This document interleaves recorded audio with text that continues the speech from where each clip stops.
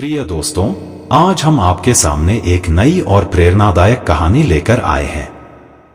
यह कहानी न केवल हमारे जीवन के उद्देश्य को समझने में मदद करती है, बल्कि हमें यह भी सिखाती है कि जीवन में जो कुछ भी हमें मिलता है वह हमें एक कारण से मिलता है।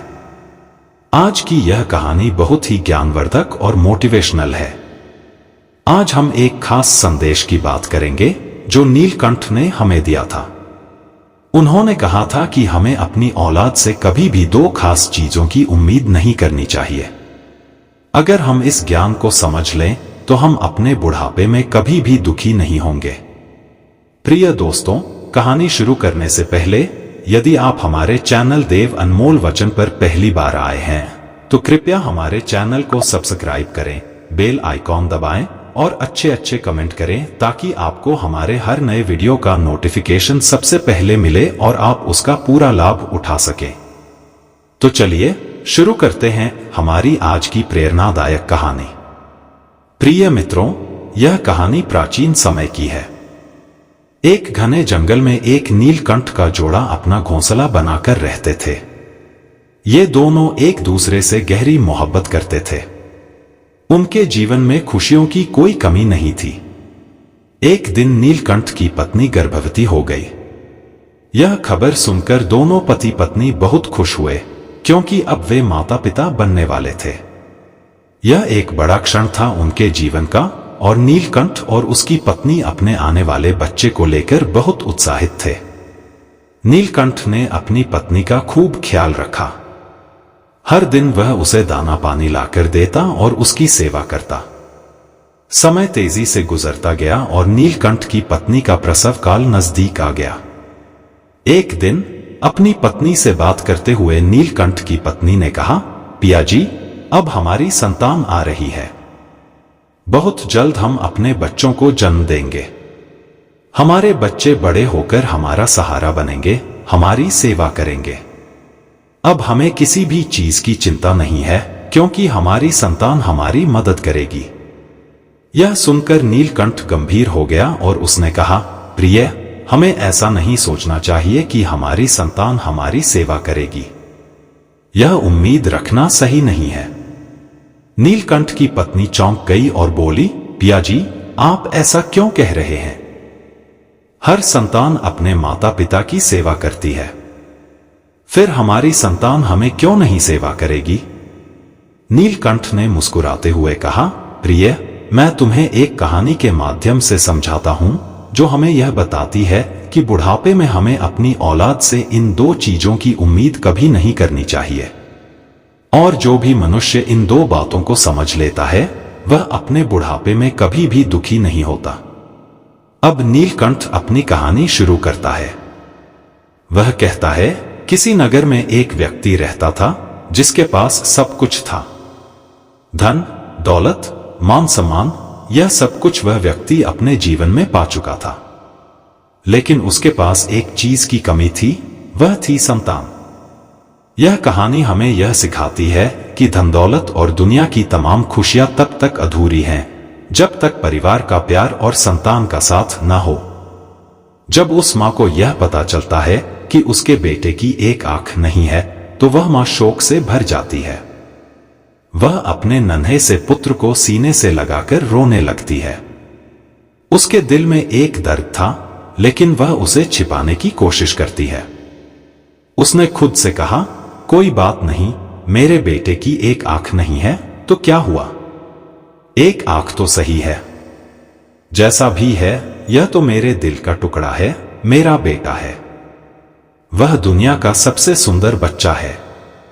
मां के लिए सभी संतानें बराबर होती हैं, चाहे वह संतान काली हो, कुरूप हो या फिर गोरी और सुंदर। मां कभी अपने बच्चों के शरीर को नहीं देखती, वह तो उनके साथ अपनी आत्मा से जुड़ी होती है। उस मां के लिए उसका बच्चा चाहे जैसा हो, वह हमेशा अपने बच्चों को अपनी आंखों का तारा मानती है। उसने कहा, मेरा बच्चा कितना सुंदर है। इस पर नर्स की आंखों में भी आंसू आ जाते हैं।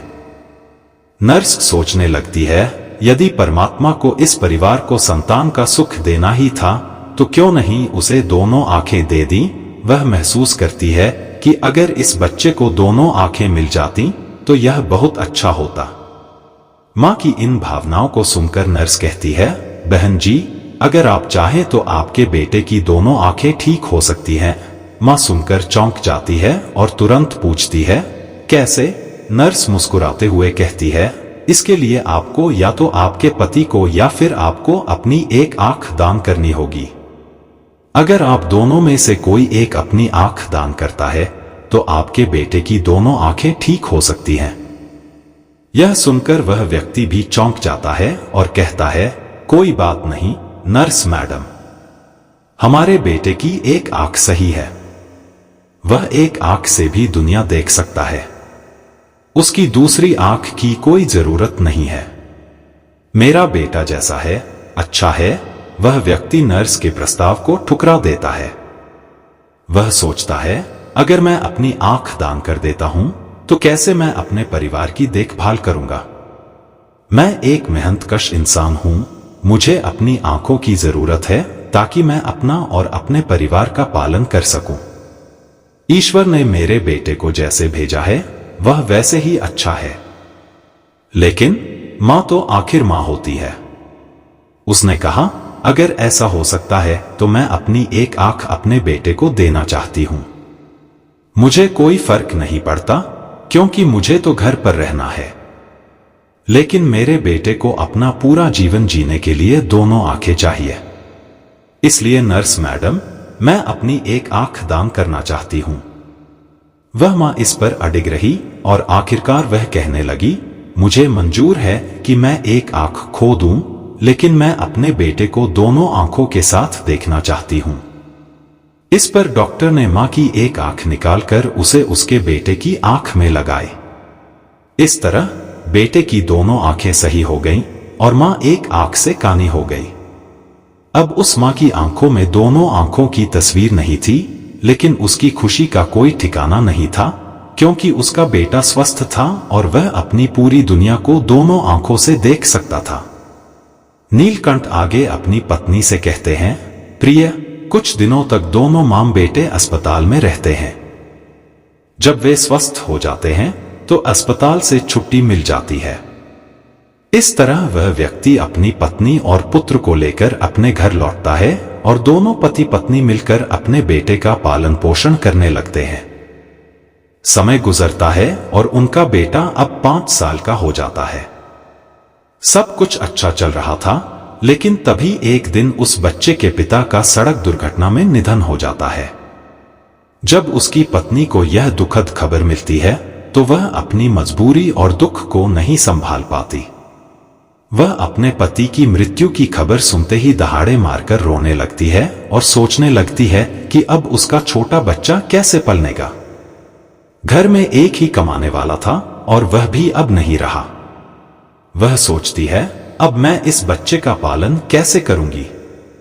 उसकी आवाज सुनकर आस पड़ोस के लोग आ जाते हैं और उसे सांत्वना देने लगते हैं। वे उसे धीरज रखने के लिए कहते हैं और किसी तरह उस व्यक्ति का अंतिम संस्कार कर देते हैं। इस प्रकार वह लाचार मां अपने 5 साल के बेटे के साथ जीवन जीने लगी। घर में जो भी जमा पूंजी थी वह सब अपने बेटे की आंखों का इलाज कराने में खर्च हो चुकी थी।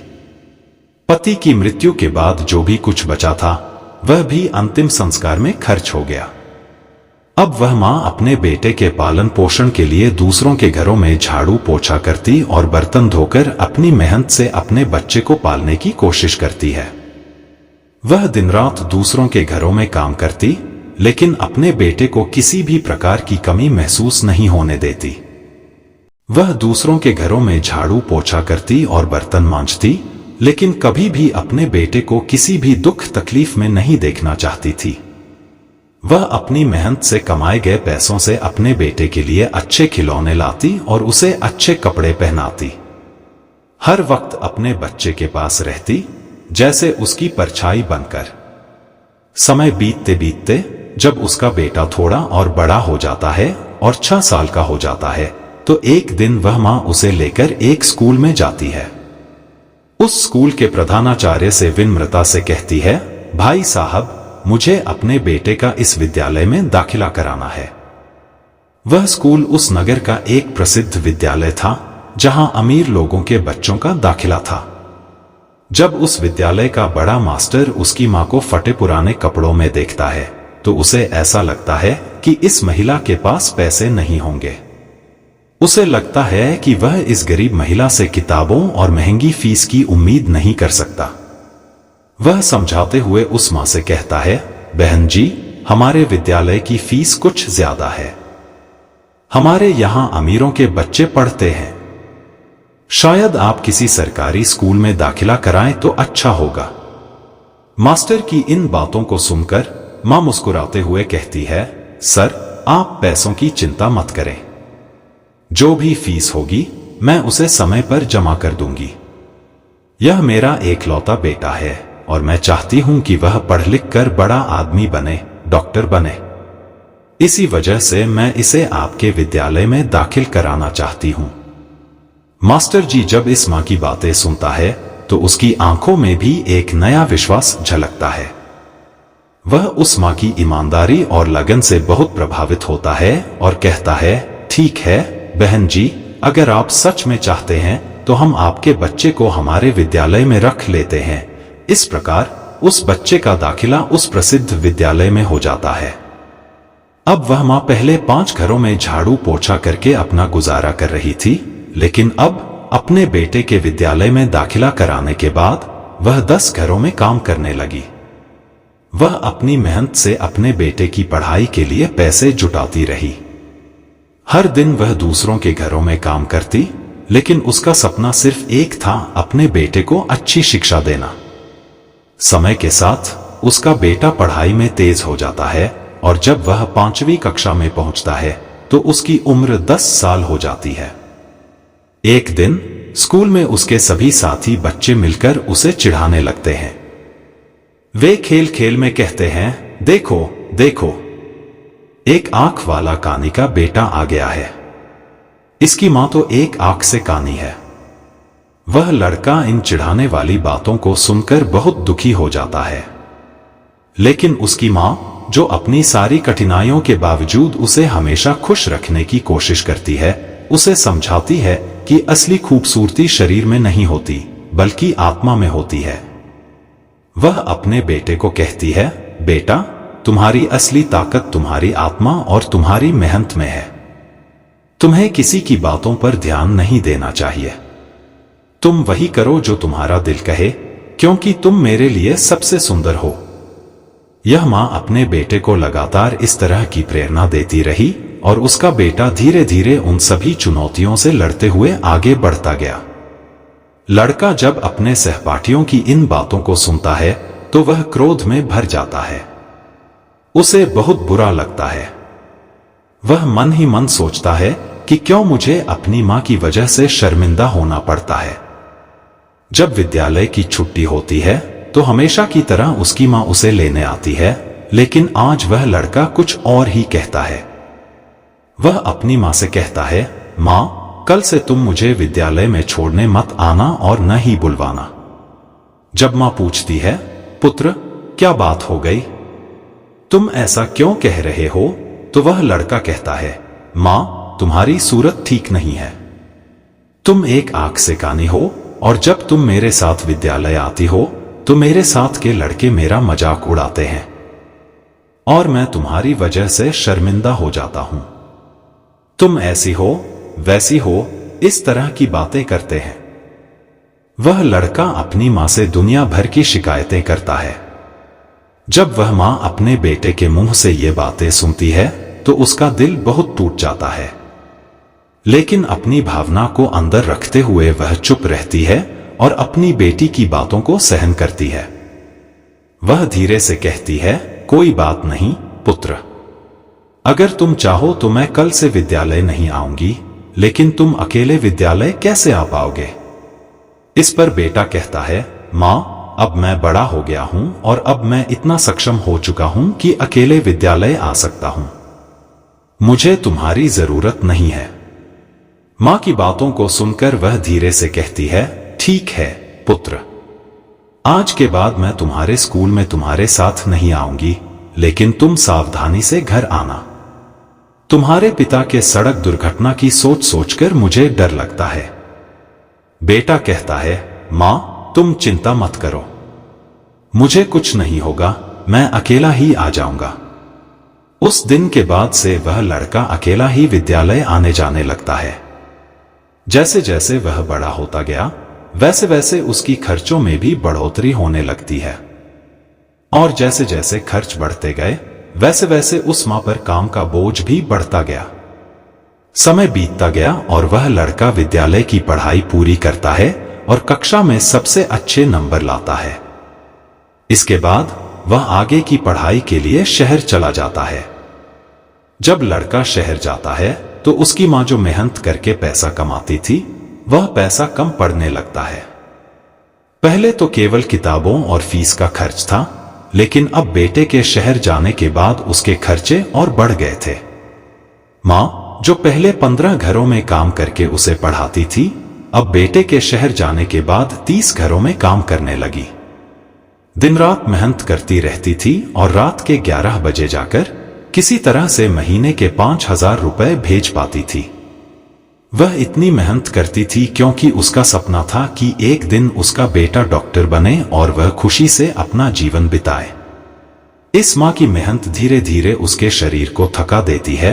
वह समय से पहले बूढ़ी हो जाती है। धूप में काम करते हुए उसका गोरा रंग काला पड़ जाता है, लेकिन वह अपने बेटे के लिए कोई कमी नहीं आने देती। वह दिन रात काम करती रहती है क्योंकि उसे उम्मीद थी कि उसका बेटा एक दिन डॉक्टर बनेगा और फिर वह सुखी जीवन जी सकेगी। समय की चाल में एक दिन उस मां को 30 दिन बाद एक पत्र मिलता है। वह पत्र पढ़ते हुए मां को यह खबर मिलती है, मां, अब मैं शहर में बड़ा डॉक्टर बन चुका हूं, अब तुम्हें पैसे भेजने की जरूरत नहीं है। प्रिय दर्शकों, जब उस मां को यह पत्र मिलता है तो वह बहुत खुश हो जाती है। उसकी मेहनत रंग लाई थी। वह सोचने लगती है कि पति के जाने के बाद यह मेरा बेटा ही था जो मेरे लिए सहारा बना। मेरी जैसी इच्छा थी कि वह डॉक्टर बने, अब वह इच्छा पूरी हो गई है। हालांकि बेटे ने अपनी मां को यह पत्र लिखा था कि वह अब डॉक्टर बन चुका है, लेकिन वह अब तक मां से मिलने नहीं आया था। जब उस बूढ़ी मां को यह पत्र मिलता है तो वह पूरे गांव में मिठाइयां बांटती है और गांव के लोगों को गर्व से बताती है कि उसकी मेहनत सफल हो गई। उसका बेटा अब डॉक्टर बन चुका है। अब वह मां इंतजार करती है, सोचती है कि मेरा बेटा अब डॉक्टर बन गया है, अब वह मुझे मिलने के लिए जरूर आएगा। वह मां अब अपने बेटे के आने की राह देखती रहती है। हर दिन उसका इंतजार बढ़ता जाता है। जब भी घर के सामने से किसी की गाड़ी गुजरती है तो वह दौड़कर बाहर जाती है। उसे लगता है कि उसका बेटा आ गया होगा। कई दिन इस तरह के इंतजार में बीत जाते हैं और रातों को उसे नींद नहीं आती। वह सोचती रहती है, कहीं ना कहीं कुछ तो कारण होगा जो मेरा बेटा मुझे लेने नहीं आया। कब वह मुझे अपने साथ ले जाएगा? अब वह दिन तो नहीं आएंगे जब मुझे दूसरों के घरों में बर्तन साफ करने पड़े, झाड़ू पोछा करने का काम करना पड़े। अब तो मुझे आराम से बैठकर अपने बेटे की कमाई का आनंद लेना है। मेरे बेटे के घर में नौकर चाकर होंगे, गाड़ी होगी, बंगला होगा और मेरे दुखों के दिन खत्म हो जाएंगे। वही मां हर दिन यह उम्मीद पालती रहती है। एक दिन उसे अपने बेटे से एक पत्र मिलता है जिसमें लिखा था, मां, मेरी शादी हो गई है और तुम्हें पता है जिस लड़की से मेरा विवाह हुआ है वह बहुत ही अमीर घर की है। वह एक बड़े डॉक्टर साहब की बेटी है। जब वह मां वह पत्र पढ़ती है तो उसकी आंखों से आंसुओं की धारा बहने लगती है। उसे गहरा दुख होता है क्योंकि मां तो सोच रही थी कि अब उसका बेटा डॉक्टर बन गया है तो उसके लिए अच्छे रिश्ते आएंगे और वह अपनी पसंद से एक अच्छा रिश्ता तय करके अपने बेटे की शादी करेगी। लेकिन इस पत्र को पढ़कर उसके सारे अरमान चुर चुर हो जाते हैं। वह सोचने लगती है, हे भगवान, मैंने ऐसा कौन सा पाप किया था, कौन सी गलती कर दी थी कि मुझे इतनी बड़ी सजा मिल रही है। हर माता पिता का सपना होता है कि वे अपने हाथों से अपने बेटे को दुल्हा बनाए उसे सजाएं और आशीर्वाद देकर उसकी शादी करवाएं। लेकिन मेरे बेटे ने तो मुझे अपनी शादी में बुलाया तक नहीं, मुझे बताया तक नहीं। क्या मैंने यही दिन देखने के लिए उसे इतना पढ़ाया लिखाया था? क्या मैंने इतनी मेहनत करके उसे इस लायक बनाया था कि मुझे मेरे बेटे के जीवन में भी कोई अधिकार न हो? अब शादी करने के बाद वह पत्र में बताता है कि उसने शादी कर ली। यह सोचते हुए वह मां पूरी रात आंसू बहाती है। इतना सब कुछ सहने के बावजूद वह अपने बेटे के लिए आशीर्वाद देती है। रोते हुए भी वह खुद को शांत करती है और कहती है, कोई बात नहीं बेटा, तुमने बिना बताए शादी कर ली, लेकिन मेरा आशीर्वाद हमेशा तुम्हारे साथ है। वह मां सोचती है, अब जब मेरा बेटा शादी कर चुका है तो हो सकता है कि वह और उसकी पत्नी मुझे मिलने आए। मैं अपनी बहू को देखूं, उसे आशीर्वाद दूं। यह सोचते सोचते वह मां अपने बेटे और बहू का इंतजार करने लगती है। इस तरह वह मां 1 साल तक अपने बेटे और बहू का इंतजार करती रहती है, लेकिन 1 साल बीतने के बाद भी बेटा और बहू नहीं आते। फिर कुछ दिन बाद उस मां को तीसरा पत्र मिलता है, जिसमें लिखा था, हे मां, अब तुम दादी बन गई हो। भगवान की कृपा से हमारे घर बेटा आया है।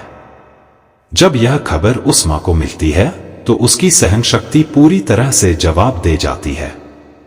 जिस मां ने अपने बेटे का जीवन बनाने के लिए अपना सब कुछ बलिदान कर दिया था, उसी मां के लिए यह स्थिति असहनीय हो जाती है।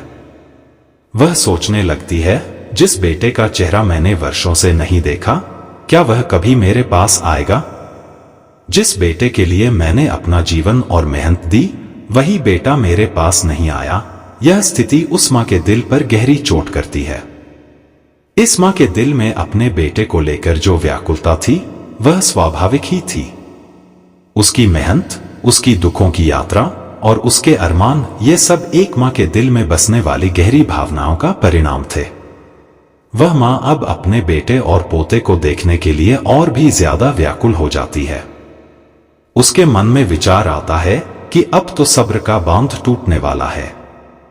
सोचती है, कोई बात नहीं, अब मेरा पोता भी हो गया है। यह तो बहुत अच्छी बात है।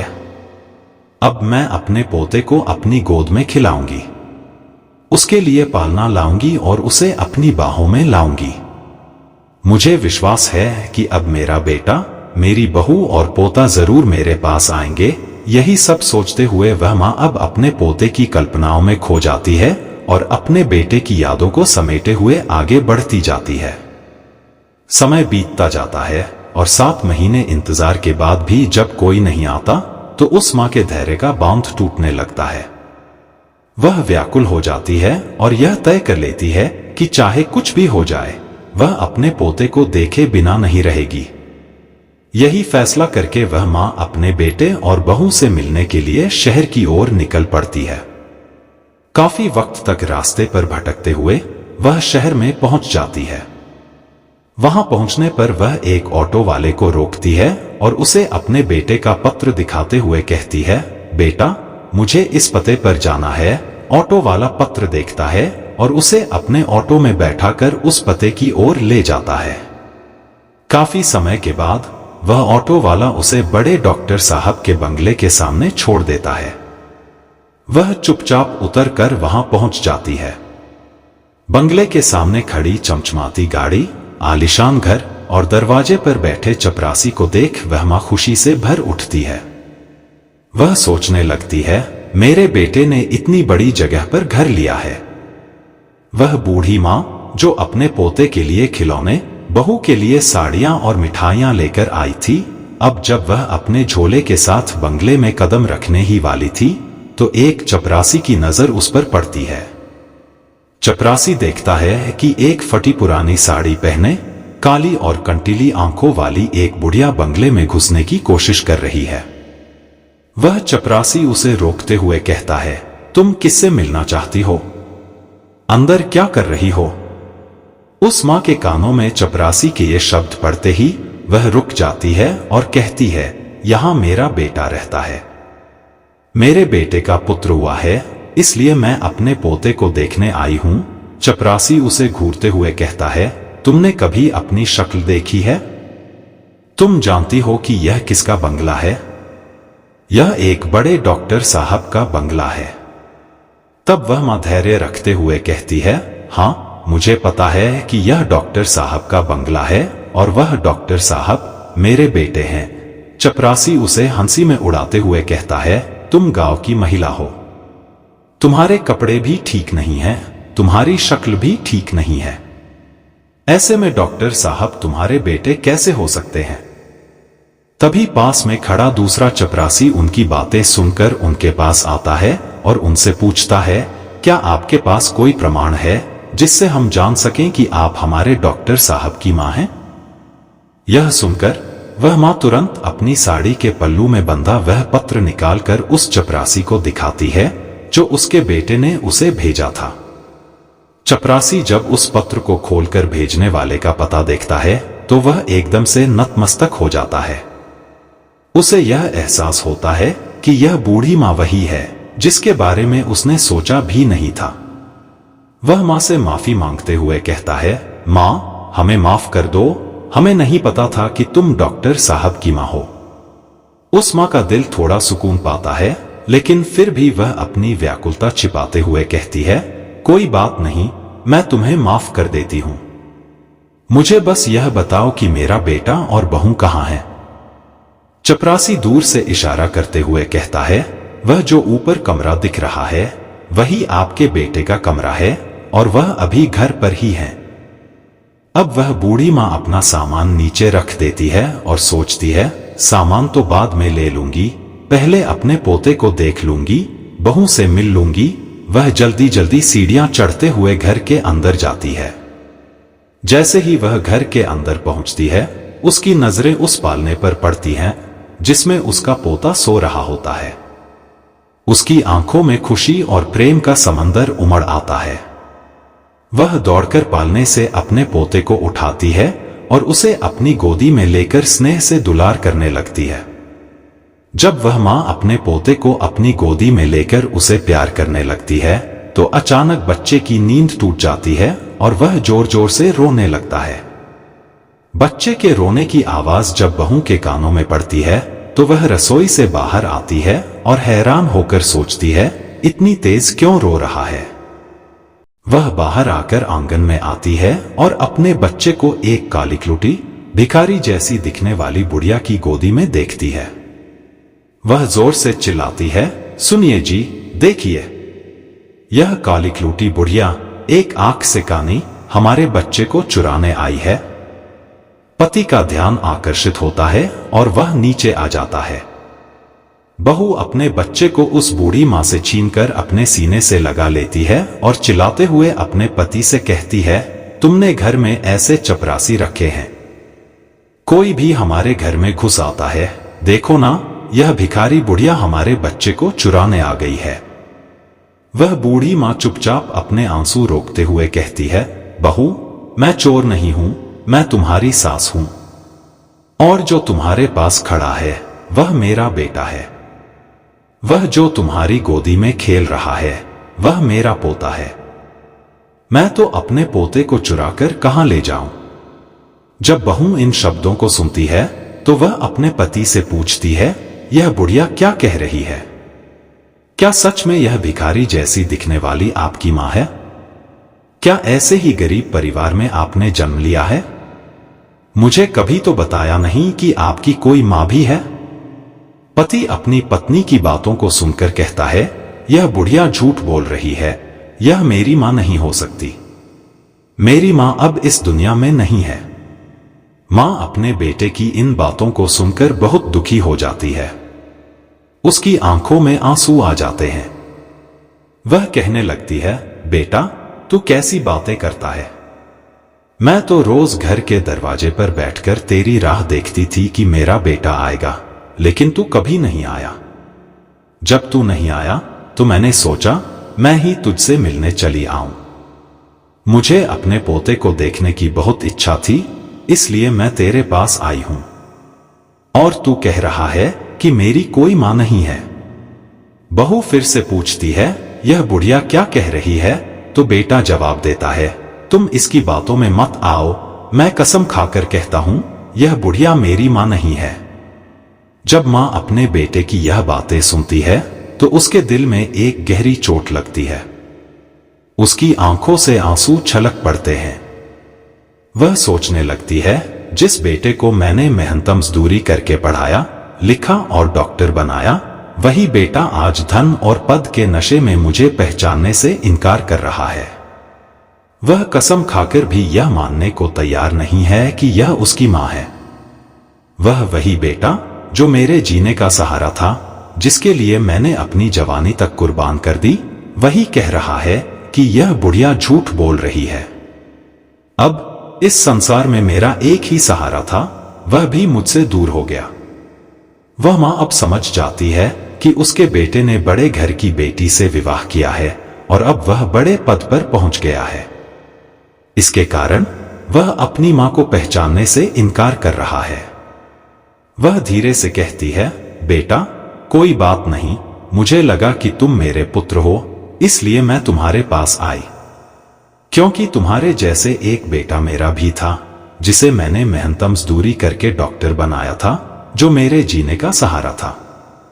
लेकिन अब मुझे पक्का यकीन हो गया है कि तुम मेरे बेटे नहीं हो सकते। मुझसे गलती हो गई। इतना कहकर वह मां रोते रोते घर की सीढ़ियों से नीचे उतरने लगती है। उसकी सोच में गहरी निराशा थी। वह सोचती है, बुढ़ापे में एक ही सहारा था और वह भी मुझसे छूट गया। अब किसके सहारे जीऊं? एक आस थी, वह भी टूट गई। वह मां सोचती है, जिसे मैंने जीवन की खुशी समझा था, जो मेरे जीने का अधिकार था, वही अब मुझे असहाय छोड़कर जा रहा है। वह बेटा जिसने मेरी जीवन की नाव को पार लगाया, वही मुझे इस बूढ़ी जीवन नैया के साथ मझधार में छोड़ गया है। इस प्रकार रोते रोते वह मां सीढ़ियों से नीचे उतरने लगती है और मन ही मन एक सवाल उठता है, जब बेटे ने मुंह मोड़ लिया है तो अब मैं जीकर क्या करूंगी? बेटा नहीं रहा तो इस जीवन का क्या होगा? इस तरह वह मां अपने बेटे के घर से बाहर निकल जाती है और बंगले के पास स्थित चपरासियों के कमरे में पहुंच जाती है। वह एक चपरासी को बुलाकर कहती है, बेटा मुझे एक पत्र लिखवाना है, क्या तुम मेरे लिए इतना कर सकते हो? चपरासी पहले से ही जानता था कि यह बूढ़ी औरत डॉक्टर साहब की मां है, इसलिए वह तुरंत कागज और कलम लेकर आता है और पूछता है, मां जी क्या लिखूं? बूढ़ी मां बोलने लगती है और चपरासी लिखता जाता है।